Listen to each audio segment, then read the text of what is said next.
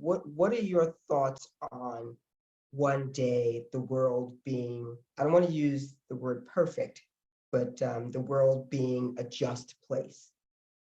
What are your thoughts about that in terms of, do you think that's ever going to be possible? And or do you think it's going to be possible in our lifetimes? Just, what do you think? Let's start with Dan. Certainly not in our lifetimes. That's for Okay. sure. Nor Okay. do I think the world will ever be perfect. I think that everything that changes in the world, and there have been qualitative changes. I mean, we once had slavery in this country, now we don't. But there's a legacy that gets carried over from all the injustices. And no matter what changes we make, there'll be parts of that still there that we have to engage. I think that it's a very long process. I think it's a historical cultural process. A lot of times people who consider themselves social justice activists think, well, we just have to overthrow this government or overthrow this economic system, and yes, we probably do, but we're a long, long way from that. When we have cultural attitudes that we have now, and by that I mean, of course, racism and sexism and homophobia, but I also mean the commitment to individualism and competition and looking out for number one, and thinking that we're all individuals rather than that we're all connected. These are deep-seated cultural attitudes that grew out of the economic systems that we have built, but have huge power over our minds and over our hearts.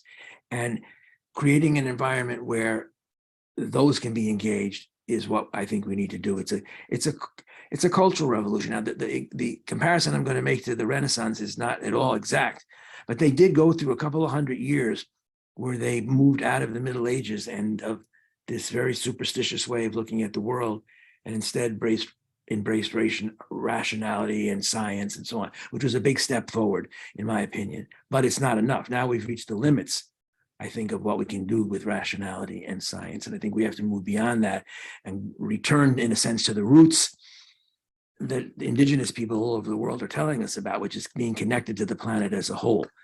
And that means not using gas and oil and coal to kill the earth and extract its wealth, but finding a way to build with the earth.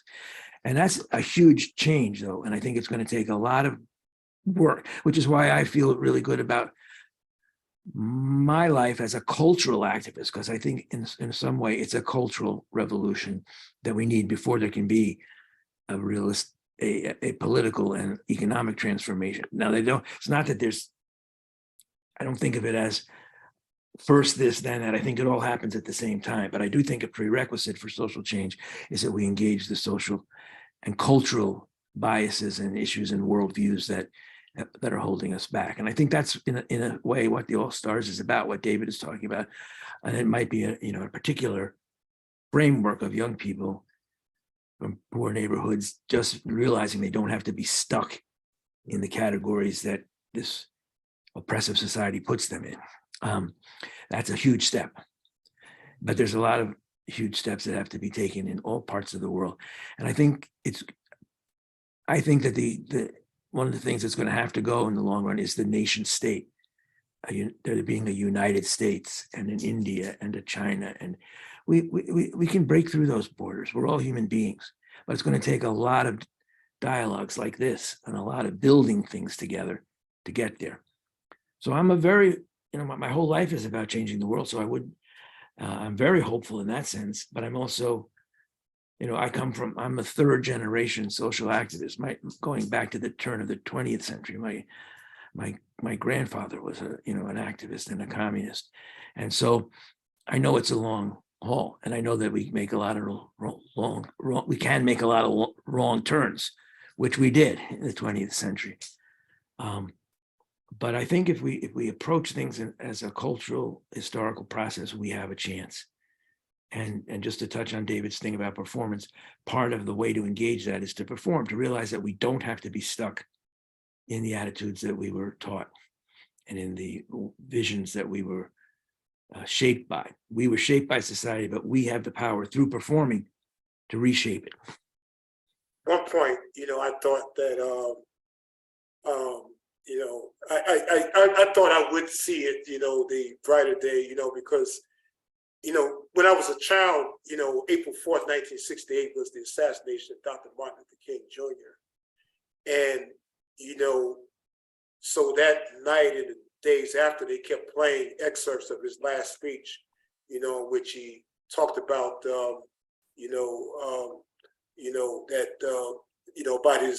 about going to the mountaintop. Mhm. And, and I've seen the promised land. I might not get there with you, but we as a people will get to the promised land. And he delivered that speech on April 3rd. The next evening, he was shot to death. And I remember feeling the sadness that Dr. King wasn't going to see that promised land himself. But I thought, me and my family would, and again, I was 7 years old. I turned 8 later that year.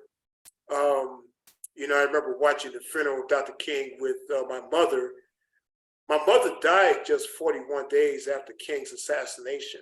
So she died, May 15, 1968. 26 days after that, Robert Kennedy was assassinated while he was running for president. And then over the years, obviously I lost my father.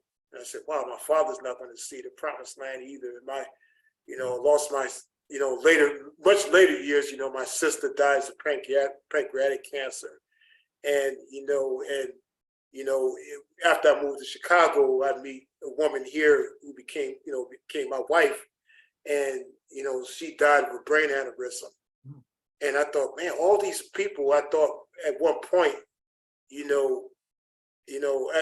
and so many people in our community that Dan knows, that we, had marched together and worked together. We've lost so many people in our community. We just lost someone the other day named Shotzi Weisberger, at the age of 92, but there's so many losses, and then, over the last decade, after getting diagnosed with cancer and then with 2 blocked arteries, congestive heart failure, and then cancer again this year. I had 44 treatments of radiation this year, so I said, after all of that, I said, David, you're not going to see that promised land either, but the best you can do is to keep, working with people, to keep organizing people, to see younger people, take up the mantle to make the world a better place, and to take some comfort in having played a role with, getting that bowling ball rolling down, rolling down. I might not see it when the bowling ball hits the pins, but I can feel some comfort that I got the ball rolling, or helped to get the ball rolling, along with, Dan and so many other people, and the next generation is going to have to carry that on if they choose to. Again, everybody has to make a choice on, whether they want to make the world a better place, because it's a hard thing to do. It's a hard thing. There's going to be a lot of opposition. There's going to be a lot of people who are going to try to discourage you. There's going to be a lot of people who are going to try to tell you that you should concentrate on living your best life, getting that nice house in the suburbs, forget about everybody else, that you shouldn't, be active to try to change the world. But I do feel very hopeful that there's enough young people in the world who really do want to make a difference, who are trying to make a difference, who are working to make things better. And those young people will have to take on the next, it's like those older people like us, we have to pass the baton to the next generation, and the next generation has to decide if making the world a better place and getting rid of racism and getting rid of misogyny, getting rid of anti-Semitism, getting rid of homophobia, getting rid of all the bigotry, and creating that better world, if that's something that they really want to fight for and try to make into a reality. Again, I'm not going to see it, but I feel very pleased that I've played a role with helping to organize people to want to help make the world a better place. Thank you. Dylan? It's actually a really good segue into what I want to start off with saying, which is that one thing that I often hear from me being 25 years old, one thing that I often hear from like people in my parents' generation when they talk to me about this type of stuff is that they say, Dylan, I have so much hope for what your generation is doing and what is going to happen with you guys, finally coming into running the world. And I don't mean to be a little even more bleak, but I will admit that on the one hand, where I do also feel that hope, on the other hand, I'm also saying on the same note, not going to be completely done in our lifetime either. Like I have a feeling that like when I'm in my 70s, I will be in this, like I'll be looking at my kids and be saying, dang, yeah, they got to pass that baton now. Like this is where like we're at that point. I'm going to be a little more bleak, and then I'll try to bring it back to something more positive after. But one thing that has really been highlighted to me over the past few years that I don't think even in my education growing up was really taught to me, at least in the schools as concretely as it could have been, is that the scale of time that we are looking at, it's funny because Dan brought up the indigenous peoples of the world. And if I'm thinking back to like Columbus, I'm like, wow, Europeans started forcibly taking land in the Americas and subjugating people in every different way hundreds of years ago. Like that's hundreds of years of things that I think we would all probably argue is still going on in a lot of ways, that we now have to face the monumental task of recovering from.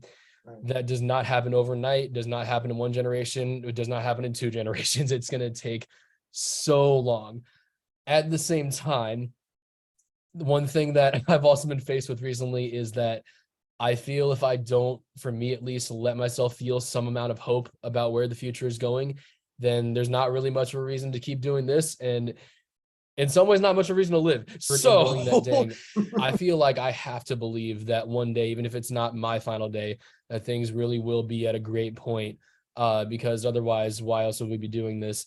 But then also, at risk of sounding corny one more time, I don't give my my school system back home a lot of credit in this area, but one thing I will give them credit for is that the first time I saw MLK Jr.'s I Have a Dream speech was when I was 5 years old in my classroom.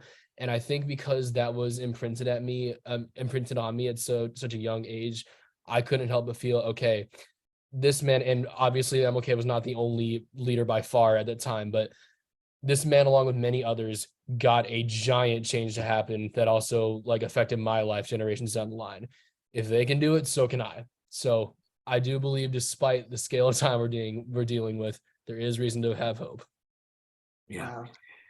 Yeah. And I would just add that in my way of thinking, hope is not just an emotion in your head, it's an activity.